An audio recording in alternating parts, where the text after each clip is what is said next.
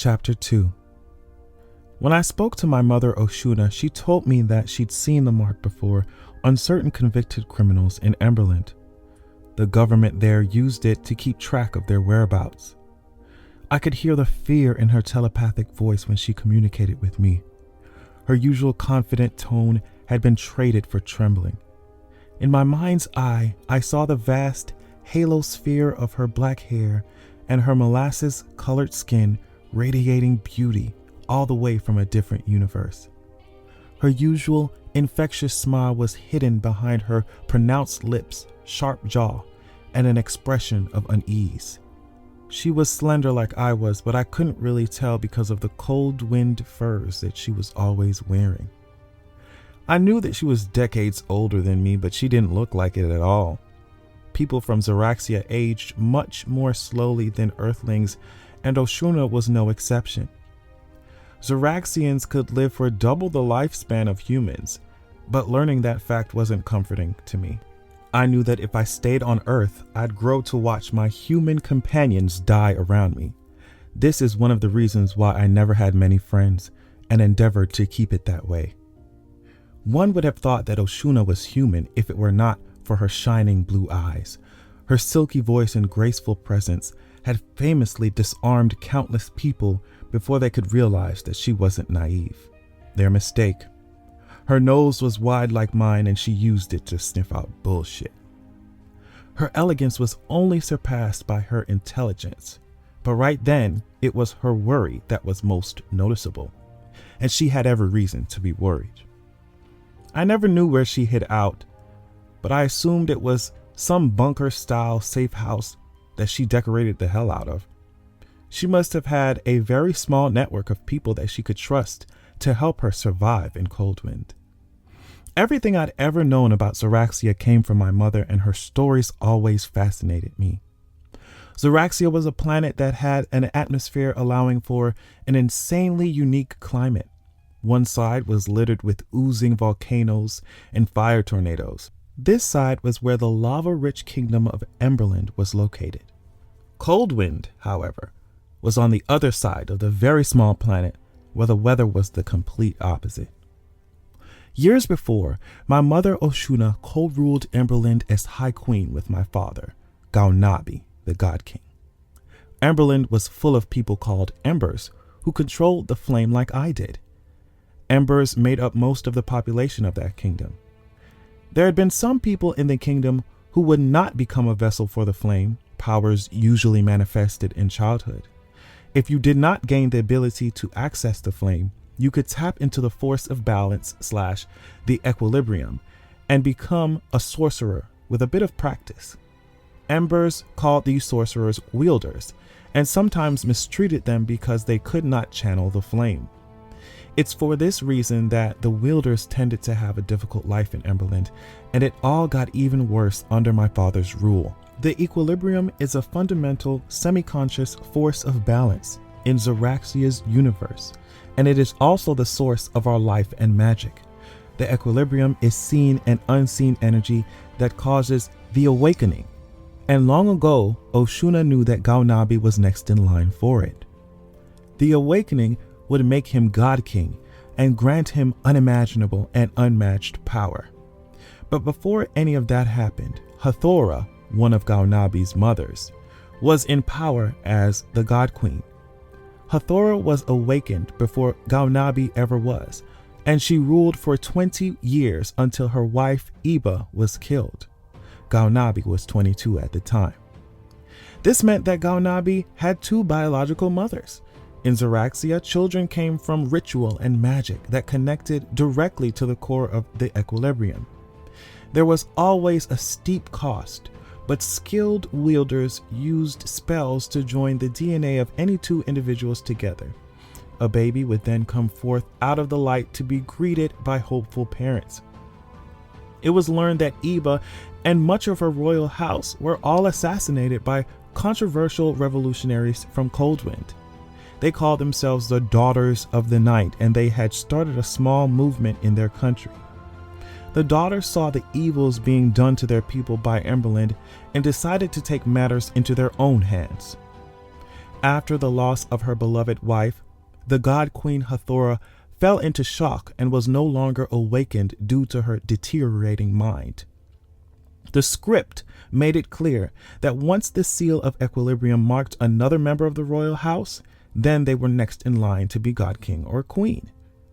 Although it was usually passed directly to offspring, none of the priests could always predict who would be next with complete accuracy. Oshuna didn't need the priest to tell her anything, though. She became excited when she saw the seal etching itself on Gaunabi's chest one day, spilling light and flame all around. She watched as blue magic formed itself into a large, 9-pointed star on his torso, and she knew that this was her moment. Gaunabi was from House Blackfire, the ruling power in Emberland for thousands of years. Only the Church of Equilibrium knew for certain why the balance kept picking members of House Blackfire to be god kings and queens. They hypothesized that the Equilibrium was looking for someone in particular who could only be found in Blackfire lineage. It certainly had something to do with a once famous prophecy that spoke of some savior coming to give Xeraxia its salvation. The church had access to information and history that was often only available to the ruling god king upon request. However, as the centuries progressed, House Blackfire grew less and less concerned with prophecies and priests so long as they maintained power. Before Oshuna joined the royal house, she came from House Lightbreak. She was a powerful Ember Lord from the Flamestone district with a lot of political capital. Flamestone was the richest of the 3 districts in the kingdom, but her heart was with the people in the Dawn's Place district. Everything was always on fire in that district. People were fighting for their lives in the face of poverty and lack of opportunity. The kingdom liked to pretend that Dawn's Place didn't even exist, which only made their systemic problems worse. The kingdom even ignored the other advancing district, Zeal Point, sometimes. Oshuna knew that if she wanted to start a revolution, she'd have to get to the top, so that's what she did. After a few years of working in the highest levels of government, she met Gaunabi at a royal dinner, and they were inseparable until marriage. Although marriage couldn't stop everything from falling apart, especially since Oshuna didn't even love my father in the first place. To her, this was all politics. She wanted to stop the oppression of Coldwind, as well as liberate those suffering within Emberland itself. Gaunabi remembered what the Daughters of the Night did to his family, his Mita and his Mitahia. And he wasn't the only one either. The powerful High Lords of the Kingdom of Emberland weren't always united on many issues, but their disdain for the people of Coldwind was something that usually brought them together. Instead of embers, people in Coldwind are called cryos. Their powers manifest the same, but they control the frigid temperatures, ice and snow instead. Their priests of equilibrium worship the deep blue moon that illuminates the sky during the night, unlike Emberland's church, which worshipped their sun. Even though Cryos' way of life was about promoting peace, many Emberlands seem to love to terrify them. They have done so for generations. This terrorization rose to a new level after the Daughters' attack on House Blackfire left the God Queen senseless and threw the court into chaos. Gaunabi was devastated by the loss of his family, and so he let the actions of a few extremists represent the whole country of Coldwind. When he assumed power, he ordered every immigrant cryo, who were mostly living in Dawn's Place, to be hunted and killed. Anyone aligning themselves with Coldwind culture was to also be executed. Gaunabi knew of cryo enslavement and trafficking going on in the black markets, and he gave them his blessing after the kingdom disregarded these issues for years. War with Coldwind was going to be inevitable if Emberland kept up its behavior. Oshuna tried to get her coup started, but her control of the flame was no match for the God King who had been awakened by the balance. Aware that she'd need to flee the country after her defeat, she used magic to hide her most valuable possession, me, a baby at the time. Oshuna waited until the God King was distracted and used a spell to try and teleport me to a checkpoint at Emberland's borders where her spies were waiting. She used the same spell on herself. Something went wrong with mine though. because when she got to the borders, I was nowhere to be found. I'd been sent to Earth, teleported away to a different universe where I'd spent most of my life, hopping from shelters to foster homes. Heartbroken, Oshuna spent every day after that trying to find me. She escaped to Coldwind and worked every spell she could until she finally saw me one night in her dreams. I remember our first conversation happened when I was so young. I thought she was a goddess. I thought I was losing my mind. It's difficult to burn an ember, but it's really easy to freeze one to death. I doubted that my mother would survive too much longer in Xeraxia's intense cold, so whatever the next move was, we had to make it quickly. Your father is unbalanced. His reign of horror has upset the equilibrium even further than it already was before, Oshuna told me as I could feel the magic pouring through her glowing eyes. Her eyes always brought me comfort because they were just like mine. If he has a locator spell on Javelin, it's to hunt the rider and destroy him or her. He will not allow powerful magic to remain unchecked. He might not know that Javelin is yours, but once he finds out, he will view you as a threat to his rule. I looked down at my dark skin that already made me a target on Earth. I didn't want to also be hunted by teleporting lunatics with access to spells and the flame too. She could tell that was what I was thinking. From what I knew of him, he could not travel to other universes.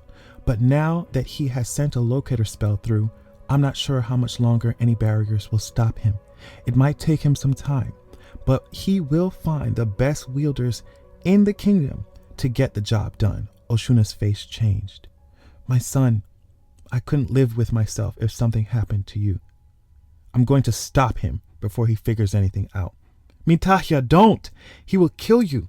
Nothing good ever comes from visiting the jewel, I said. He will kill you, she snapped back. He's killed enough of my people. He's killed all of House Lightbreak. He's killed enough of the Cryos. I should have done something a long time ago. You tried to do... Yes, I tried and I failed. And now you're in danger once more, she blurted out. I let my fear keep me from trying again for years. Mom, you can't. Some of the houses in Dawn's Place still support me.